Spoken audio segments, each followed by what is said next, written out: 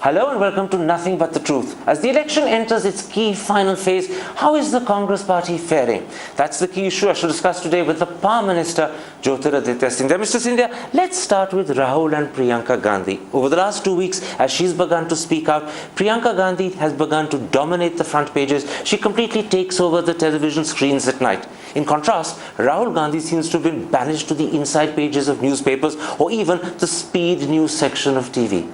Has Priyanka Gandhi stolen her brother's limelight? I certainly don't think so. I think they are a team that complements each other. I think they work together in tandem. And I think they both have their very distinct USPs, which is manifested in their speeches and in the way that they have worked over the last couple of years. Let me tell you why I asked this question. There are two questions that are being asked in television studios almost every single night. First, is Priyanka Gandhi a more effective campaigner? Secondly, has Congress made a mistake by not giving her a bigger, deeper role? Regardless of what the answers are, can you accept the mere fact that these questions are being asked is undermining Rahul Gandhi's status and stature?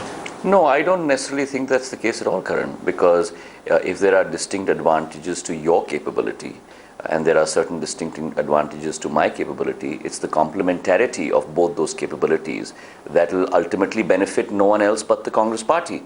And that's what is enshrined in their distinct capabilities between the two. Except that people think her capabilities and her skills are considerably greater than Rahul's and in fact are overshadowing her. People compare her to her grandmother Indira.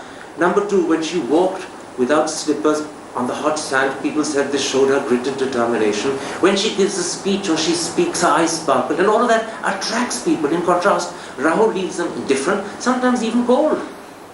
She certainly has a tremendous capability. She has tremendous grit and determination. And so does Rahul Gandhi. But I think, as I mentioned earlier, they both complement each other in their roles. She has a great repertoire and ability to be able to answer issues on the spot. And at the same time, Rahul Gandhi ji has his own capabilities as well in terms of looking at far-reaching legislation, far-reaching vision for India, and I think that both those roles complement each other as they go forward. Let me give you a telling example. Rahul Gandhi's Times Now interview was an unmitigated disaster. The interviews he's done since then have actually sunk without trace. In contrast, Priyanka Gandhi's daily soundbites, which last for just a minute or two, set the agenda for the day. They keep the BJP on the defensive. She has that capacity to strike and wound. He simply doesn't. In a campaign, she scores points. He gets points scored against him. I don't agree with that. I think his capability of reaching out to youth, to be able to reach out to the masses of India is unparalleled. But she also has tremendous capabilities, and as I mentioned before, it's a complementarity role between both of them that will ultimately benefit the Congress party. You know better than me, because you're a superb politician and a superb communicator, that actually politics is the art of communication. It's the capacity to convince people that you have the answers. Priyanka Gandhi is a natural-born communicator. Rahul struggles and still can't find the right words. That's why she has imprinted herself on the country. As far as Rahul's concerned, he's a blur in people's mind. Of yours, Karan. I think his capability and the hard work that he has shown over the last 8 to 10 years has really borne fruit in many ways in terms of immense amount of legislation that the party has passed. And I do not think but that only and I but I don't think that only communication itself alone. Certainly, she is a great communicator. But I think, as I said earlier, I think both brother and sister very much complement each other in their role for the Congress party. Let me put it like this. If politics was a silent movie, Rahul Gandhi would be a superb actor because it wouldn't matter that he doesn't speak. But it's not. In this age of 24-hour communication, of television being something that is beaming into people's homes right through the day and the night, Priyanka Gandhi carries your message. People sit up and listen. She also keeps the opposition on the defensive. Rahul has no impact even on your supporters and admirers. They are perhaps the most disillusioned with him. I think it's the best combination between the two, where you have certain capabilities in Priyanka in terms of all the attributes that you mentioned, communication, riposte, all of that, and then a very strong foundation in Rahul Gandhi in terms of capability to lead the country forward with a vision for the country. And as I mentioned earlier, it's a complementarity.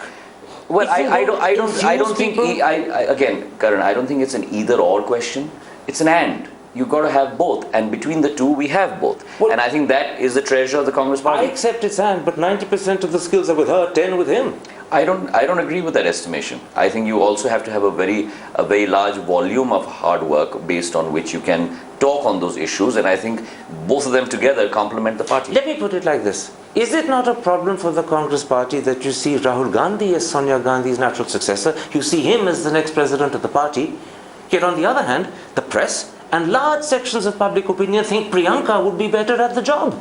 The only reason she's not pushing herself, they say, is because she doesn't want to trample on her brother's ambitions. That she's a good sister, she's been brought up to believe that Rahul will be president, not her, but she's got the skills and he hasn't.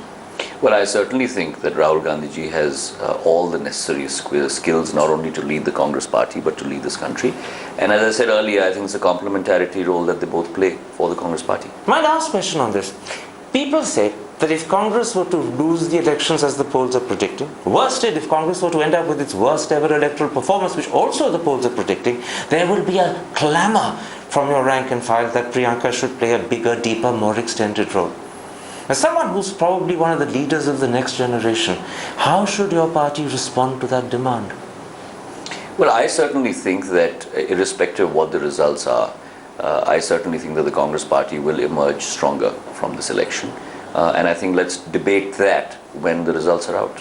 But do you believe there is a need, on the track record of what we've seen for the last 10 years and on the track record of this campaign in particular, that in fact the duality or complementarity must be increased, that Priyanka must play a bigger role, possibly taking on some of the tasks that up to now have been left to her brother, that the future of Congress depends on Priyanka coming forward, not replacing her brother, but side by side with him? But I think that's a decision that the two of them will have to take. I don't think you commenting on it or I commenting on it is important. I think that's the decision that they will have to take. Is it going to be a problematic decision for them to take? Because at the end of the day, politicians are rivals apart from being siblings. Well, I can't comment on that. I think it's important in life not to delve into private domains of people, and I certainly respect that. I understand that. But can I make one last point? Is this one of the issues, challenges perhaps, that Congress will have to grapple with post-May the 16th? Well, I think let the results come out. And then, as you know, I'm very straightforward and honest. And then we can debate on that post the results come out. All right. Let's now come to something that Rahul Gandhi has focused upon in perhaps every single major speech he's made. There probably isn't a single speech where he doesn't bring up this issue, and I'm talking about his attack on Gautam Adani. He says repeatedly that Adani has received thousands of acres. Sometimes he's specific and says 45,000 exactly from Modi at 1 rupee per square meter, which he says is the price of a toffee. Last week, Mr. Adani revealed the amount of land he's received, who the chief ministers were, and what the prices were. And it turns out that Rahul Gandhi is embarrassingly wrong. And yet, Rahul Gandhi keeps making these allegations. Hasn't the time come for Rahul Gandhi to stop making false accusations? Well, I don't think that the accusation is false at all. I think it's enshrined in truth. The fact is that thousands and thousands of acres, I am not clear what the exact figure is. Sometimes he says 45,000. But whatever that figure may be, but thousands of acres have been given to that particular gentleman and that particular group, the Adani group. And I don't think, I think it's enshrined in truth, and the fact is that it's been given away at a throwaway price. You say it's enshrined in truth. Let's actually come to the critical facts. Adani has been buying land in Mundra since 1993. The first land was sold to him by a Congress Chief Minister, Chimanbhai Patel, at 10 paisa per square meter. He then acquired land from Keshubhai Patel at 1 rupee per square meter, from Vaghela at 1 rupee 50 paisa per square meter. The land he acquired from Mr. Modi was at 15 rupees per square meter, 15 times more than what Rahul Gandhi is claiming. Rahul Gandhi is out by 15 times. Well, I am not very clear on exactly what those facts are, but I am very clear on this one fact, Karan. The fact is that they've been given tens and thousands of acres at a very throwaway price. And that land surely could be have been put to much better use by that government. Why was it given only to one group? Why was it not given or auctioned? I think transparency and accountability is extremely important, and if it really were the case that there were multiple bidders for that, then why wasn't that land auctioned? Your critical point is that land was given away at a throwaway price. But the first person to give away land at what you call a throwaway price was your Chief Minister, Chimanbhai Patel, in 92-93 at 10 paisa per square meter. That Rahul Gandhi is either not aware of or he's ignoring. If 1 rupee per square meter, which is not the price Mr. Modi sold at all, but if 1 rupee per square meter you're forgetting a very derided, 10 paisa per square meter is even worse. You're forgetting an extremely important factor in this equation. It's not only the price, it's also the quantity of land. Please understand that. If you in fact are giving away, let's say, 100 acres to put up for example, a spice park, as opposed to giving away 20,000 acres or 30,000 or 45,000 acres at this point for no particular reason whatsoever, then there's a big discrepancy between them. It's very interesting that you should say it's not just the price, it's the quantity of land, because that's the second point I was going to make. What again Rahul Gandhi has either not noticed or he's ignored or he's not even aware of is that Adani has only acquired 1/3 of his 15,900 acre holding under Mr. Modi. The other 10,000 came earlier, much of it again from Chimanbhai Patel, who gave it at 10 paisa per square meter. So both on price and on terms of how much land came from Mr. Modi, Rahul Gandhi is completely wrong. This is why I say these are false accusations that he's making. I don't agree with that. I think these accusations are real. The fact is that if you give away land without the purpose being defined, I think that itself is also an issue. You know, the bigger point I'm making is this. Rahul Gandhi has repeated this accusation about Adani so often that it's embarrassing that he's got his facts wrong. It shows not only that he doesn't know what he's talking about, but worse, it shows he's irresponsible in the accusations he's making. No, I don't think that is the truth at all. He's very responsible in the accusations that he makes, and the fact is that when you give away land without a purpose, that itself raises multiple questions in people's minds. Let me prove the irresponsibility of the accusations Rahul Gandhi is giving, not by talking about Adani, but by bringing up another accusation. He's also said that the Tatas have acquired 10,000 crore of loans at 0.1%. Now, the Gujarat High Court, none other than the Gujarat High Court, has in fact made it clear this is not a straightforward loan. It's tied to the amount of VAT and sales tax the Tatas pay. In fact, if the Tatas pay no VAT and no sales tax, there will be no loan. So again, Rahul Gandhi is wrong. I'm not aware of him raising this issue, and it's something that I'm not aware of. I can't respond to. Let me put one last point and then I'll move on.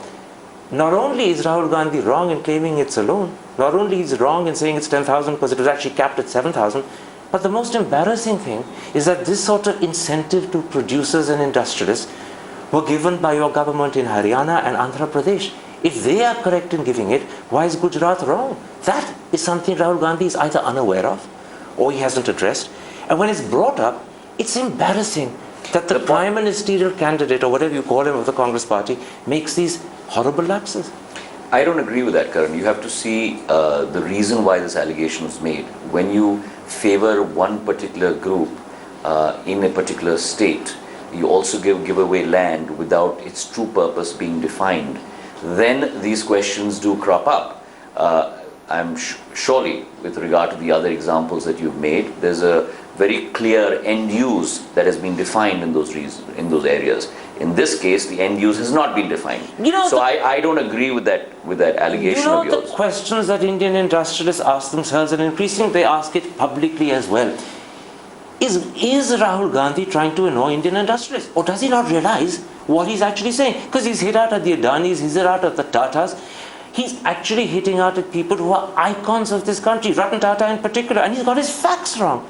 There's no greater supporter of your government than Ratan Tata. He served on so many of the Prime Minister's committees, and yet Rahul Gandhi is targeting him and accusing him of crony capitalism. I don't think that's the case. I'm not aware of the allegation that you're referring to, as I mentioned, but I do think that it's important to have economic growth. That economic growth has to create employment, has to create jobs, but at the same time, there is an issue of crony capitalism, which is restricted to a couple of people, and I think that needs to be addressed as well. The balance in what you say is so different to the accusation and the tone that lies behind Rahul Gandhi. You say it sensibly, he says it in a way that offends industrialists. Again, this is why people say, is he cut out for the job he wants? I don't think that's necessarily the case, because like you get feedback, so do I. And I think the very direct allegation towards one group doesn't necessarily mean that you cast that shadow over the whole group of industrialists across this length and breadth of this country. All right, let's take a break at that point. When I come back, I want to turn to the incredible turnout we've seen and ask, is this good news for Congress Party or is the bell tolling? Let's come to the incredible turnout. 7 phases, 438 constituencies, and the turnout is 66.2%, almost 9% more than 2009. Yes. Or to put it differently, of the 28 states and union territories where polling is completed, 26 have seen a higher turnout than 2009, 14 have seen the highest ever. Is this a Modi wave? Well, before we get into whether it's a Modi wave, a Congress wave, whether BJP is down, whether Congress is Congress down, wave it can't be. Either way, before we get into any of that, I think the biggest credit for this must go to the Election Commission. I think many times we undermine our institutions in India. The Election Commission, and I know you're trying to interrupt me, but let me have my say. The Election Commission in India has done a wonderful job over the last 2 years in terms of increasing voter awareness. Absolutely. And holding electoral turnout. No one would deny it. Yes, I'm with absolutely. you on that. Cleaning up the electoral rolls. But have they, in cleaning up rolls, in ensuring this incredible turnout, also facilitated, not deliberately, but have they facilitated what I'm suggesting could be a Modi wave? This incredible turnout. Is it in fact the bell tolling for Congress? I certainly don't think that there's a Modi wave across the length and breadth of this country. Where is the Modi wave then? I don't think there is a Modi wave. At all? I do not think. I honestly don't think that there's a Modi wave at all. I do think that there has been an increased voter turnout because of increased awareness across the length and breadth of this country, which is a very good thing for democracy. But I think we should wait for the results before we term anything as a Modi wave or a BJP wave or otherwise. Let's take Gujarat, for example. There's been an overall increase in turnout in the state of 14.1%, which on its own is pretty phenomenal. In Vadodara, where Mr. Modi is standing, the turnout has increased by 23%. Are you sure he's not going to end up winning 26 out of 26, which is the mission he set himself? Well, he's been wanting to win 26 out of 26 for the last 3 Lok Sabha elections. And the Congress has won between 45 to 50% of the seats in Gujarat. It's too early to tell whether the Congress will win more seats in Gujarat or the BJP, but let's wait till the 16th of May. You don't believe that a turnout increase of 14% or 23 in his own constituency are people voting to get him out? I'm not talking about his constituency, but certainly as far as Gujarat is concerned, it's the same phenomena that's being experienced across the country. Let's come to the 2 critical cities of India, Delhi and Mumbai.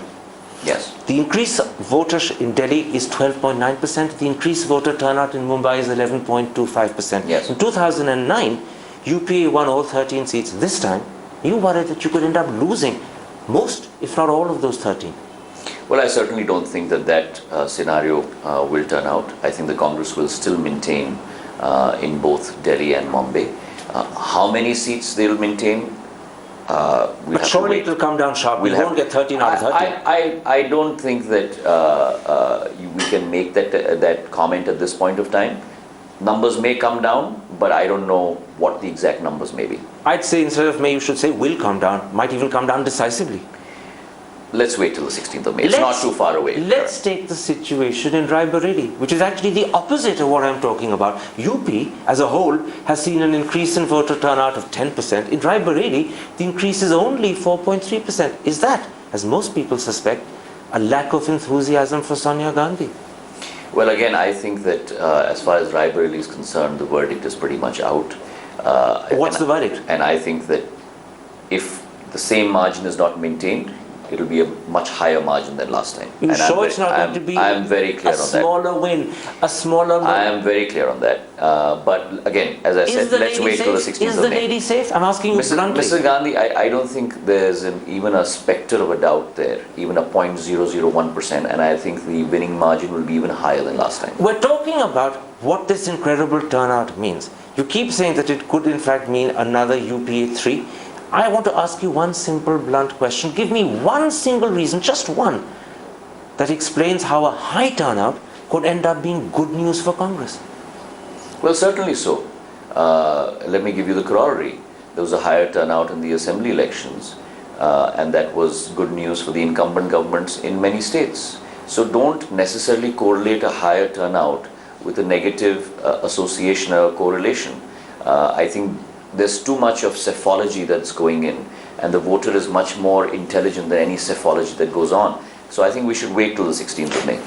My last set of questions. In an interview that he gave me on Wednesday, Finance Minister Chidambaram said that perhaps the key mistake that UP had made was to take its foot off the accelerator of growth, to convince itself that the country would accept lower levels of growth after getting used to 8 and 9%. Would you, as someone who served in UP3, accept that taking your foot off the accelerator was the key mistake and that it's going to cost you? I don't think it was as simple as that we took our foot off the accelerator. I think the situation was much more complex, and I don't want to get into that because you and I have debated on this in the last 4 or 5 years multiple times. But I certainly do think that if we want a strong India, that strong India has to be set on two agendas. One, extremely strong economic growth combined with reforms with a human face. And I think it's the combination of both of those factors that will really result in a resilient, entrepreneurial young India coming forward. If I'm understanding what you're saying correctly, are you saying that post-May 16, Congress has to change the balance in its emphasis or in its policies between redistribution and growth, and you need to stress growth a lot more than you have been doing? I don't think it's an either or an unequal divide between the two. I think it's an and, because it's only when you have... But does the balance need to change? But it's only when you have higher rates of growth that you're able to even look at a much more higher social agenda in terms of putting forward a number of these schemes. So I think they're complementary to each other. I think you've answered my question when you use that critical phrase. It's only when you have higher rates of growth Absolutely. that you can put together a social agenda. The higher rate of growth is the priority. Well, again, as I said, that It's the first condition. It depends on the dependent and the independent variable. And certainly, a more effective social agenda will be driven by a higher rate of growth. And without the higher rate of growth, you won't have that social agenda. It becomes difficult. It becomes difficult So the first stage because at the end of the day, your balance sheet has to balance, and your income statement has to balance. So the first stage is growth. The independent variable is economic growth. There's no doubt about that. Mr. Scindia, pleasure talking to you. Pleasure.